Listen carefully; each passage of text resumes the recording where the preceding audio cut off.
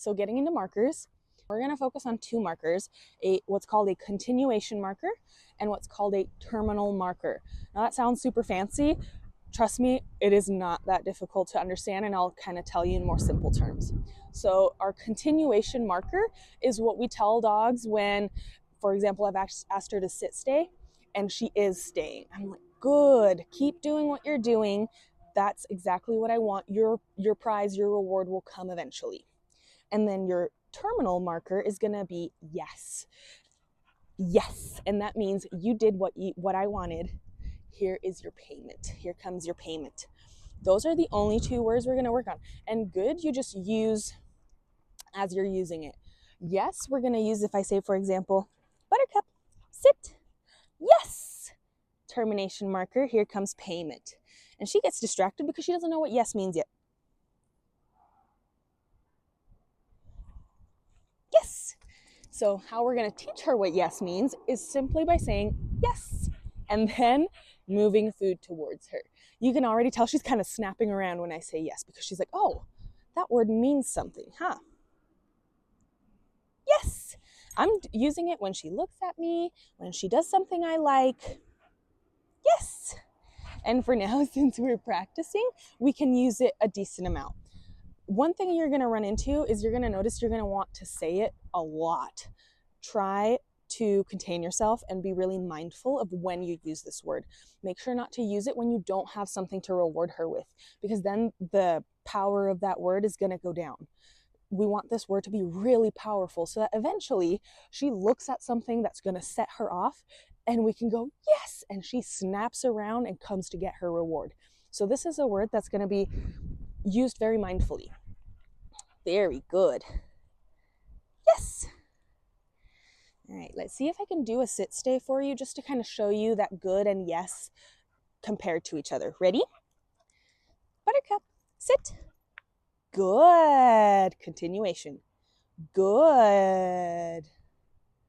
Yes. And then I come at her with some food. Good girl. Yeah, that way. That was very nice, Missy. You're doing so much better than last time already. Yeah. Oh, yeah. All right, so that's your markers. You're just going to practice yes with food when you have it, and good when you're asking her to do something, and her reward will come. Yeah. Good.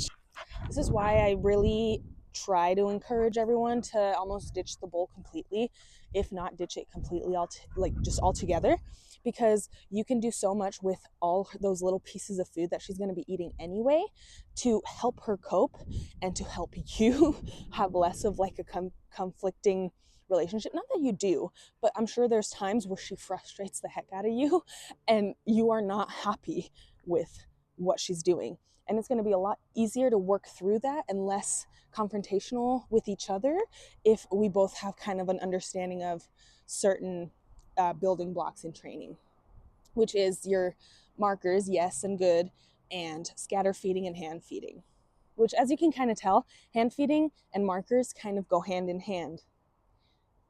Yes, good girl. So she was staring at someone and then decided all on her own to not get super wound up by it. Didn't really decide because she doesn't really have control over this winding up thing, right?